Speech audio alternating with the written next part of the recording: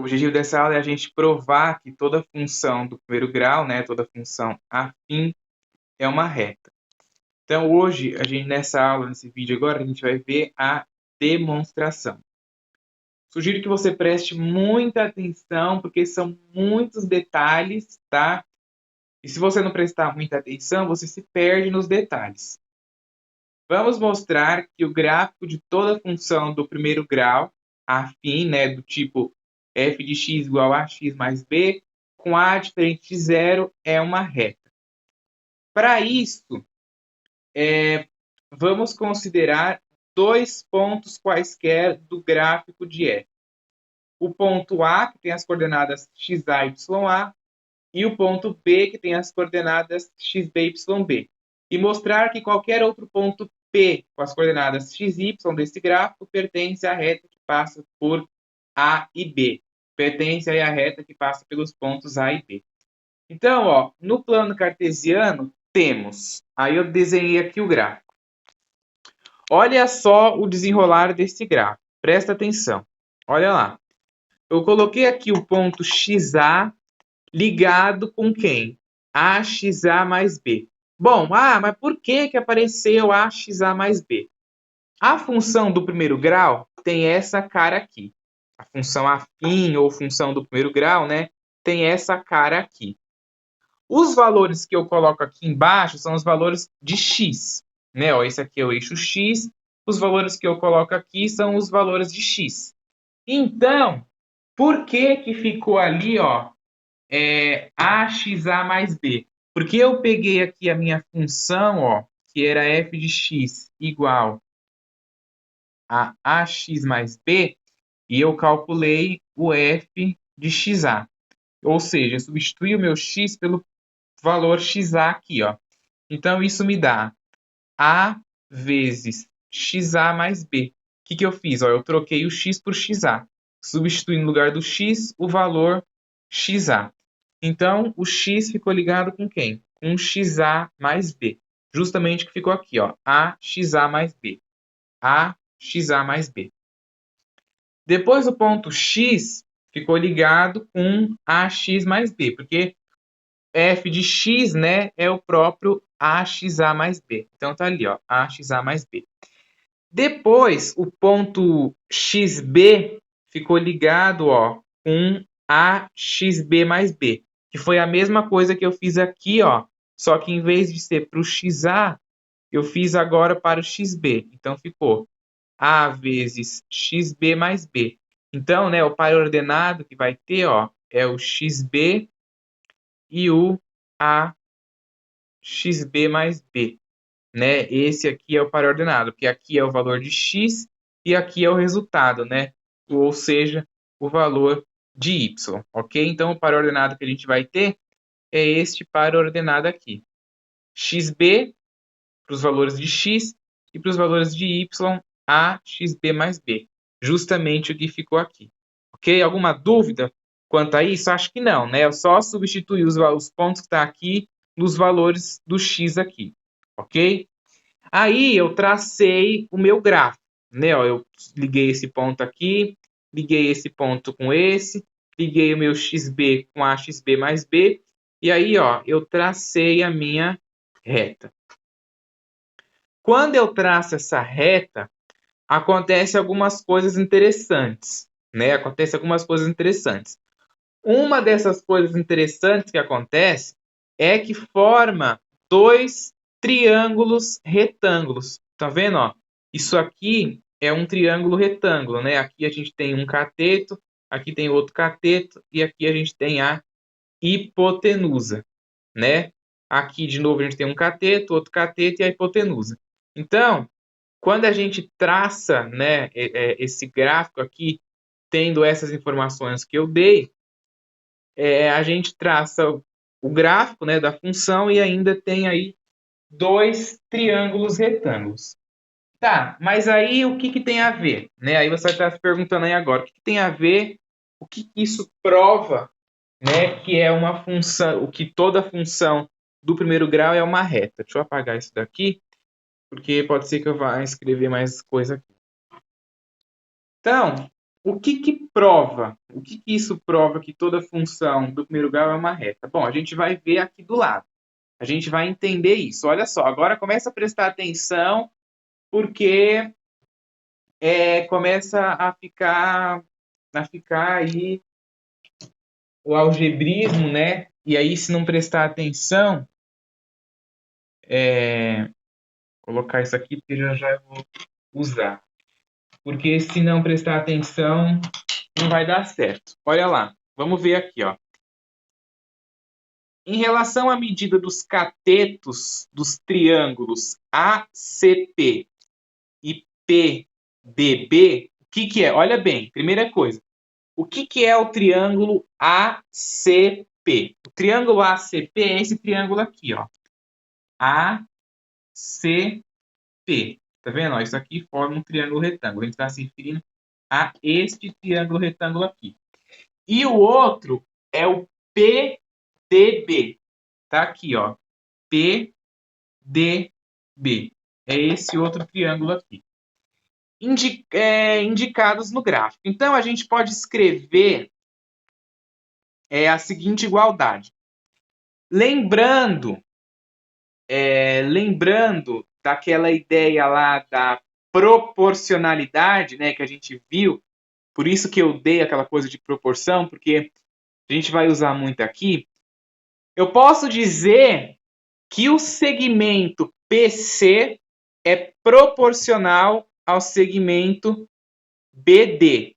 Ou seja, o segmento PC está para o segmento BD. Olha aqui, ó.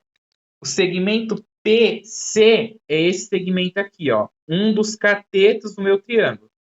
E o BD é esse aqui, ó. Outro cateto do meu outro triângulo. Então, aqui tem um triângulo, tem o segmento PC, segmento BD, que representa o outro cateto. Esses dois catetos, ó, eles são proporcionais. Esses dois catetos aqui, ó, são proporcionais. Então, o que que a gente vai fazer? Quem é PC?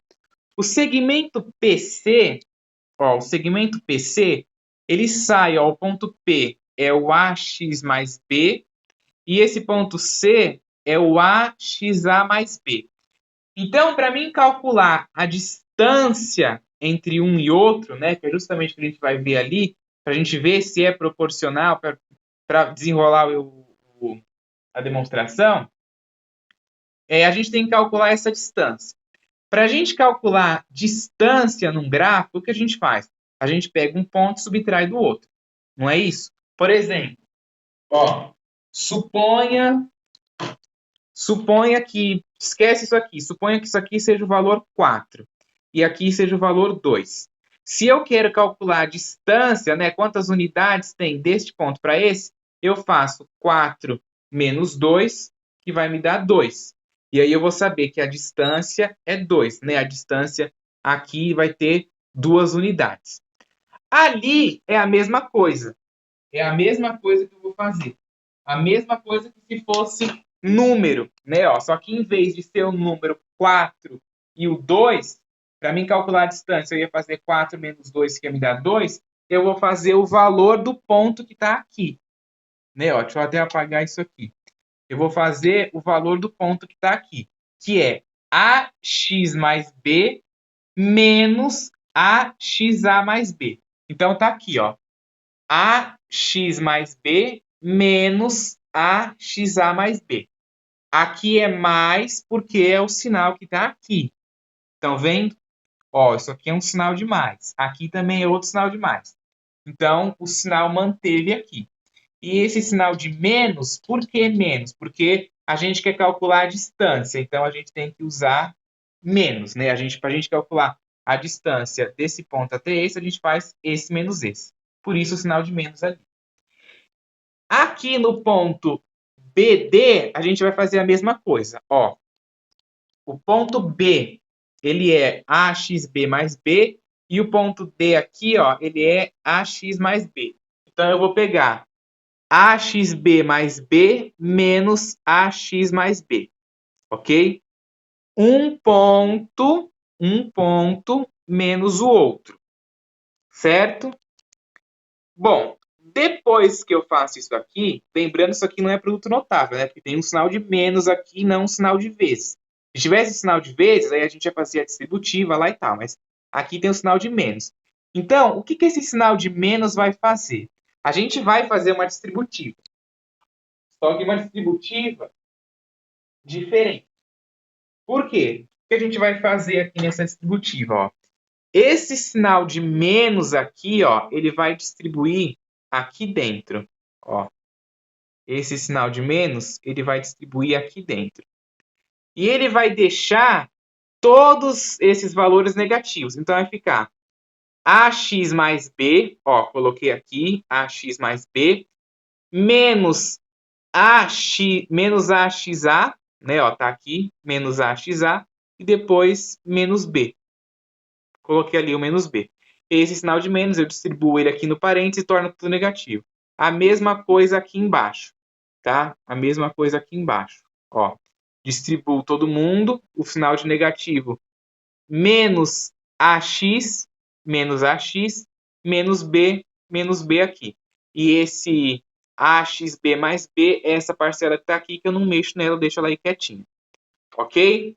Entenderam, né? A passada desta expressão para essa foi só distribuir o sinal, fazer a distributiva aí com o sinal, certo? O que a gente vai fazer agora? Somar termos semelhantes, certo? Somar termos semelhantes. Quais são os termos semelhantes que eu consigo somar e tirar dessa expressão aqui? Eu consigo cancelar esse menos B com esse mais B. Quando eu cancelo menos B com mais B, me sobra quem? AX menos AXA. Então tá aqui, ó. AX menos AXA. Aqui embaixo a mesma coisa. Eu posso cancelar o menos B com mais B. Então me sobra quem? AX menos AXB, né? Menos AX. Então ficou aqui. AXB menos AX. Agora, olha bem, presta atenção. Depois de fazer a distributiva do sinal aqui, cancelar os termos semelhantes, se você ver aqui, em todas essas parcelas, ó, nesta parcela, nessa, e nessa, eu tenho uma letra em comum, que é a letra A. Eu tenho A aqui, A aqui, A aqui e A aqui. Então, eu vou colocar esse A em evidência. Como que fica colocando em evidência? A que multiplica x menos A, né? Porque colocar em evidência é dividir por A. Deixa eu tampar aqui a caneta para não secar a ponta. Ó, colocar em evidência é dividir por A. Então, colocando A em evidência, AX dividido por A, sobra só o x. Menos AXA dividido por A, sobra só o menos XA. Então, foi o que ficou aqui. A que multiplica x menos XA. E aí, para você saber aquele lance lá, se você fez colocou em evidência certo, você faz a operação inversa. Se você fizer A vezes X, e depois A vezes menos XA, volta a ser o que era antes. Embaixo aqui, colocando A também em evidência, vai ficar A dividido por AXB, vai dar XB, e depois A dividido por menos AX, que vai dar menos X. Foi o que ficou aqui, ó. A em evidência, e o que sobrou foi o XB menos X. Certo? Bom, isso aqui é uma multiplicação, né? É uma multiplicação. Então, eu também, ó, posso cancelar, pelo fato de ser uma multiplicação, este A com este A.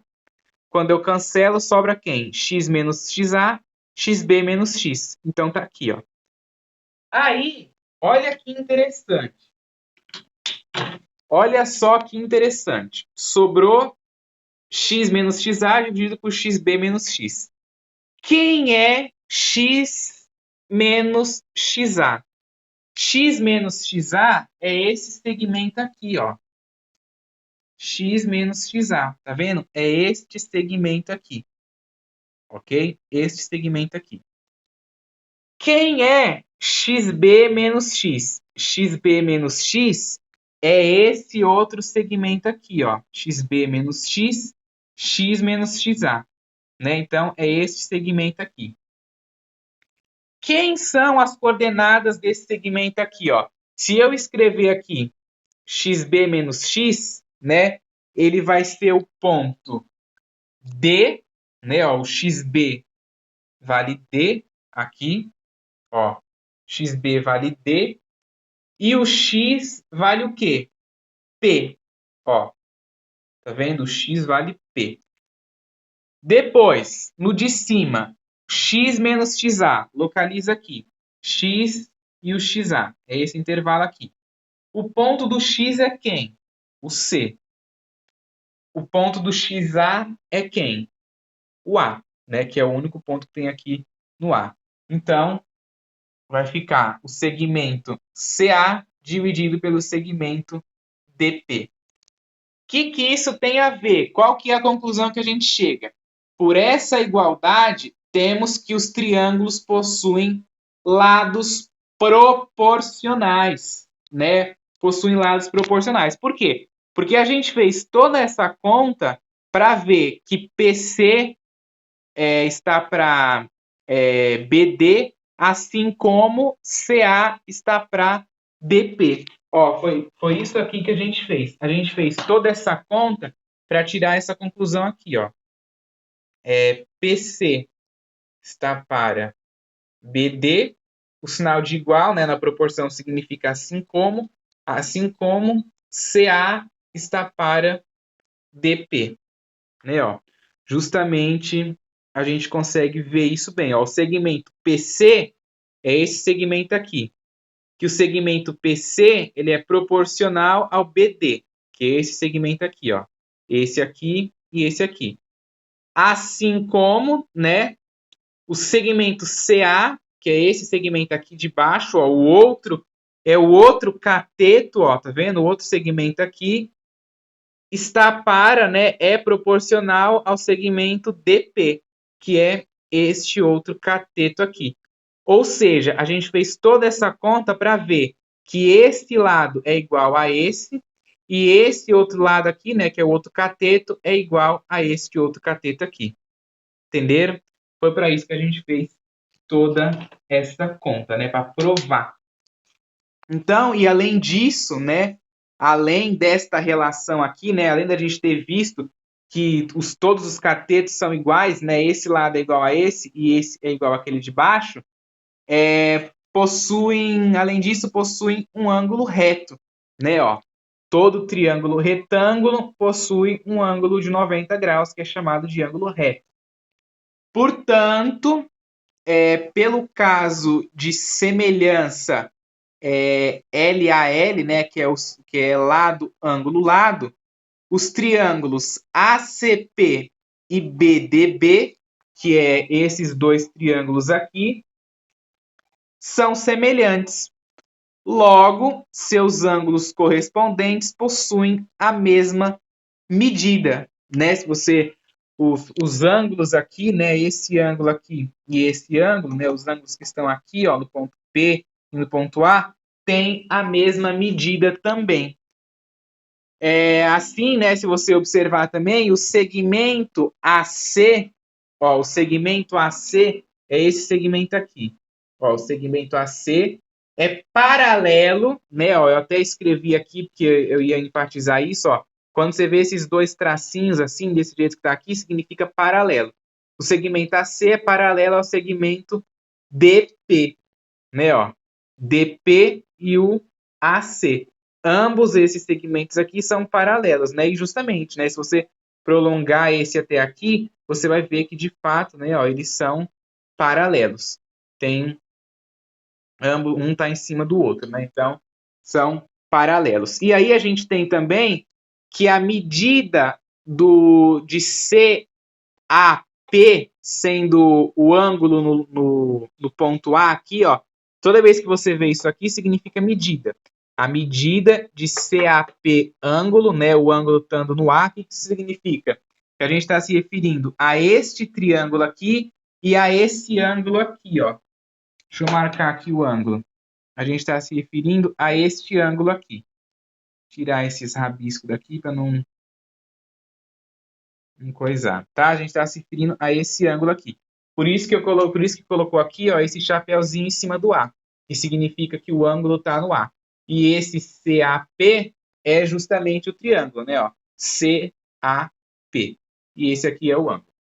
É igual, né, a medida desse ângulo é igual à medida do DPB, que é esse outro triângulo aqui, DPB, sendo o ângulo no ponto P, né? Então o ângulo está aqui. Então, este ângulo é igual a este ângulo, certo? Ó, vou até pintar aqui, ó. Esse ângulo é igual a esse ângulo. O que é possível somente, olha bem agora, o que é possível somente se os pontos A, B e P, né, ó, que são os pontos que estão em cima da reta, o ponto A, B e o P, pertencerem à mesma reta transversal às retas paralelas AC e DP. Né, ó, aqui está a reta AC e a DP. Né, ó, DP, AC. Transversal, né, que passa transversalmente a elas, transversalmente a reta, sim. Então, né, a gente prova isso, né, que só é possível, né, esses triângulos aqui serem semelhantes se o ponto A, P e B pertencerem à mesma reta, né? Porque se esses pontos não pertencem à mesma reta, esses triângulos já não vão ser mais triângulos semelhantes. Por isso, a gente tira como conclusão, todo gráfico de uma função afim com um A diferente de zero é uma reta, justamente por essa linda demonstração que a gente fez aqui, ok?